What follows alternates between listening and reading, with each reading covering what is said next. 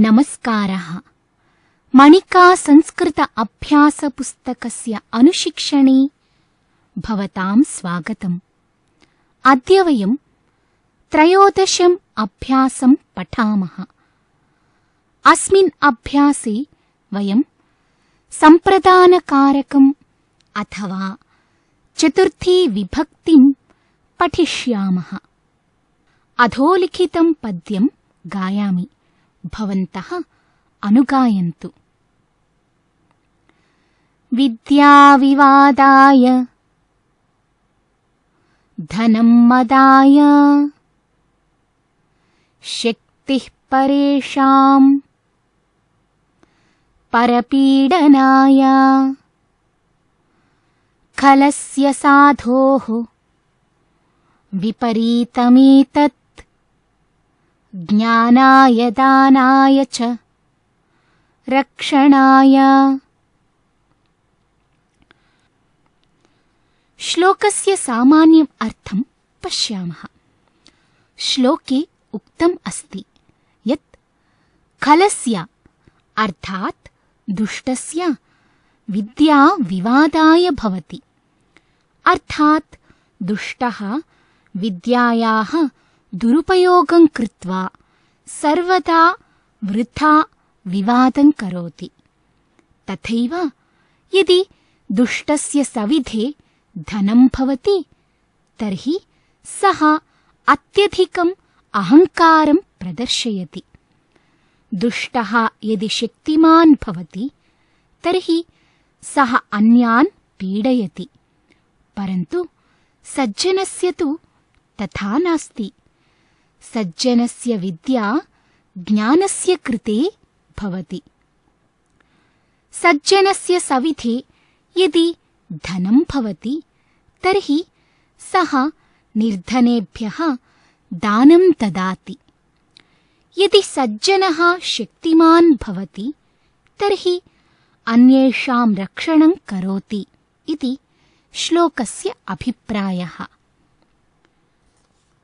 अधुना काञ्चन प्रश्नान् पृच्छामि, उत्तराणि वदन्तु। खलस्य विद्या किमर्थं भवति? उत्तमम्। खलस्य विद्या विवादाय भवति। खलस्य धनं किमर्थं भवति? साधु साधु, खलस्य धनं मदाय भवति। खलस्य शक्तिः किमर्थं भवति? आम्, सम्यक्। खलस्य शक्तिः परपीडनाय भवति। अधुना वदन्तु, साधोः विद्या किमर्थं भवति? समीचीनम्। साधोः विद्या ज्ञानाय भवति। साधोः धनं किमर्थं भवति? आम्, साधोः धनं दानाय भवति। साधोः शक्तिः किमर्थं भवति? साधोः शक्तिः रक्षणाय भवति। सर्वेषु उत्तरेषु स्थूलपदानि पश्यन्ति खलु? एतेषु स्थूलपदेषु का विभक्तिः अस्ति? आम्, उत्तमम्। सर्वत्र चतुर्थी विभक्तिः अस्ति। जानन्ति वा एतेषु पदेषु किमर्थं चतुर्थी विभक्तिः अस्ति? पश्यन्तु। खलस्य विद्यायाः उद्देश्यं किमस्ति? विवादः इति। तथैव धनस्य उद्देश्यं किमस्ति? मदः इति। तथा शक्तेः उद्देश्यम् अन्येषां पीडनम् इति अस्ति। अनेन ज्ञायते यत् क्रियायाः वस्तुनः वा यत् उद्देश्यं फलं वा भवति तत्र चतुर्थी विभक्तेः प्रयोगः भवति।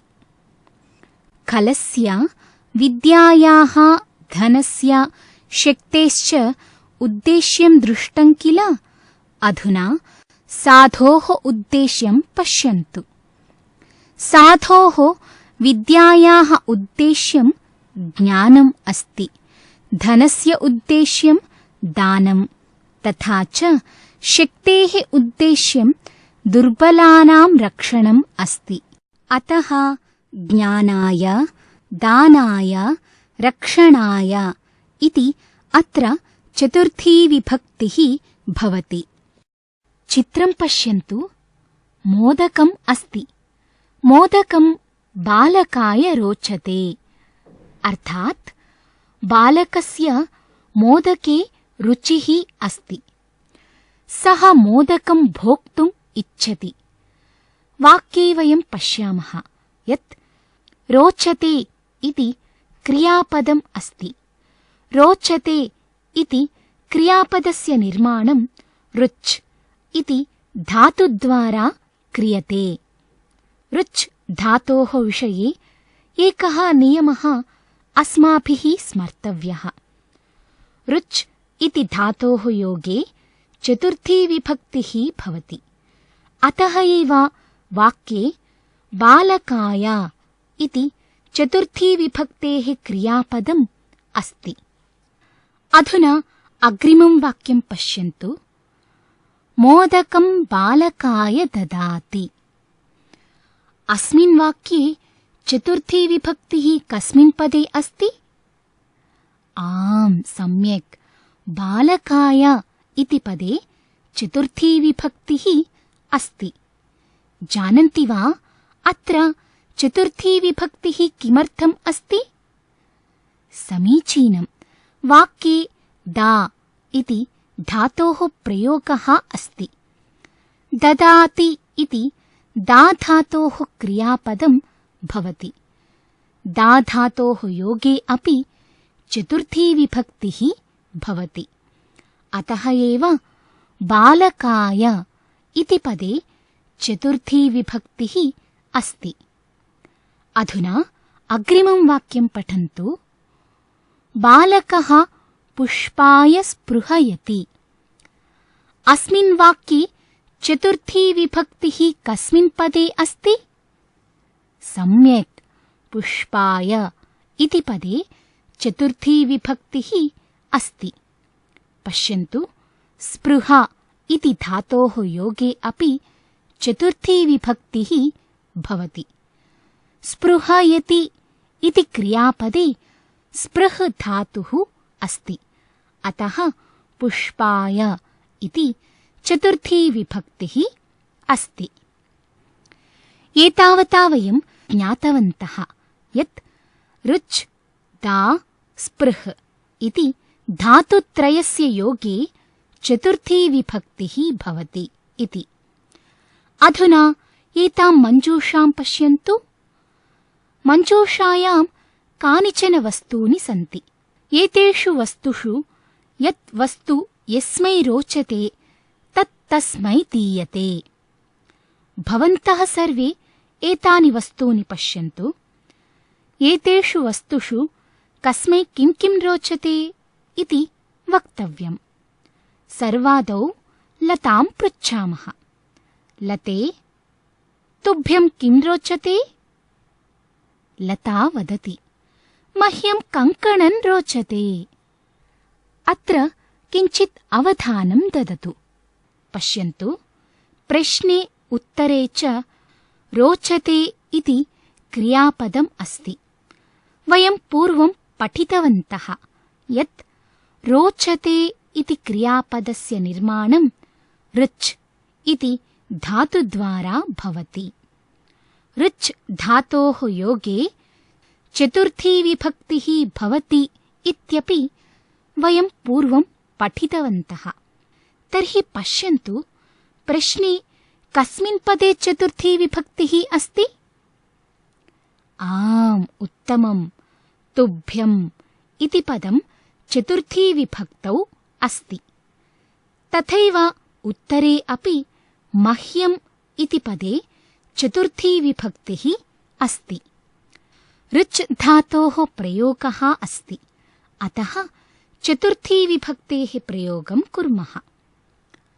अस्तु, तर्हि एतत् कङ्कणं लतायै रोचते खलु?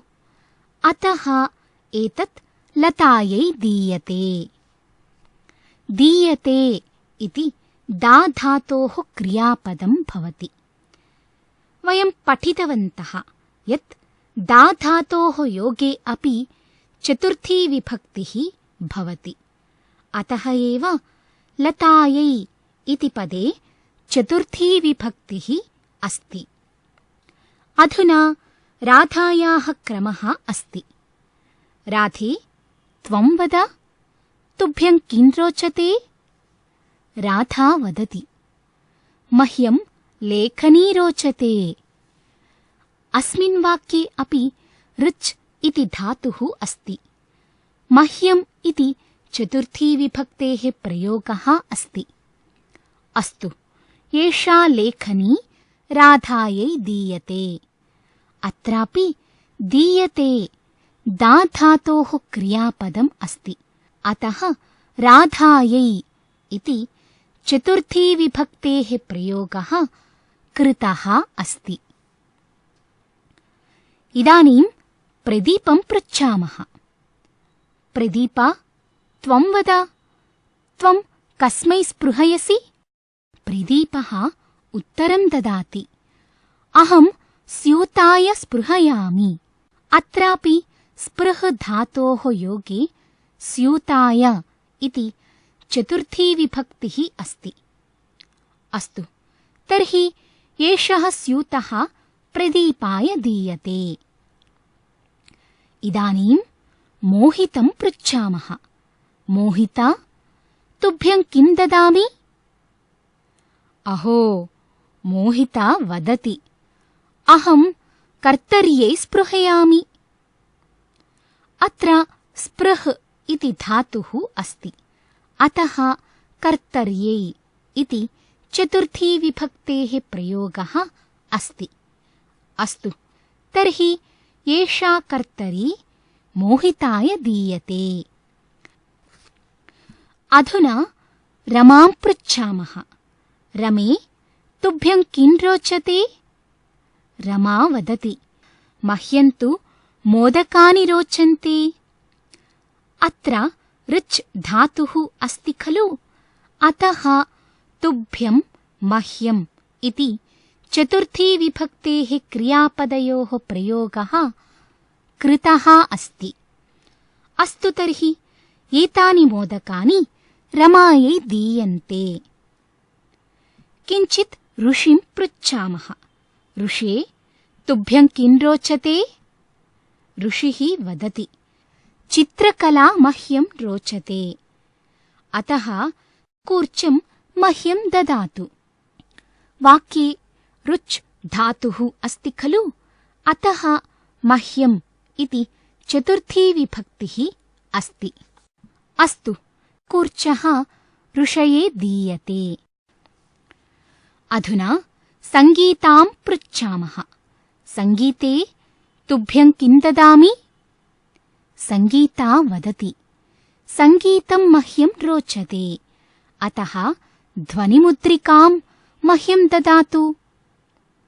अस्मिन् वाक्ये अपि ऋच् धातोः दा धातोः च क्रियापदे स्तः। अतः मह्यम् इति पदद्वयं चतुर्थी विभक्तौ स्तः। अत्र इतोपि एकः विषयः मनसि स्थापनीयः। यस्य कृते किमपि दीयते सः अथवा सा सम्प्रदानं भवति। यथा माता बालकाय मोदकं ददाति। अत्र दानक्रिया बालकस्य कृते क्रियते। अतः बालकः सम्प्रदानम् अस्ति। सम्प्रदाने चतुर्थी विभक्तिः भवति इति नियमः अस्ति। अतः बालकाय इति चतुर्थी विभक्तिः अस्ति। अधुना एकं वाक्यं वदामि। मार्जारः मूषकाय चपेटां ददाति। अस्मिन् वाक्ये सम्प्रदानं किमस्ति? आम्, समीचीनम्। मूषकः सम्प्रदानम् अस्ति। मूषकः किमर्थं सम्प्रदानम् अस्ति? आम्, सम्यक्। यतः चपेटायाः दानं मूषकस्य कृते अस्ति।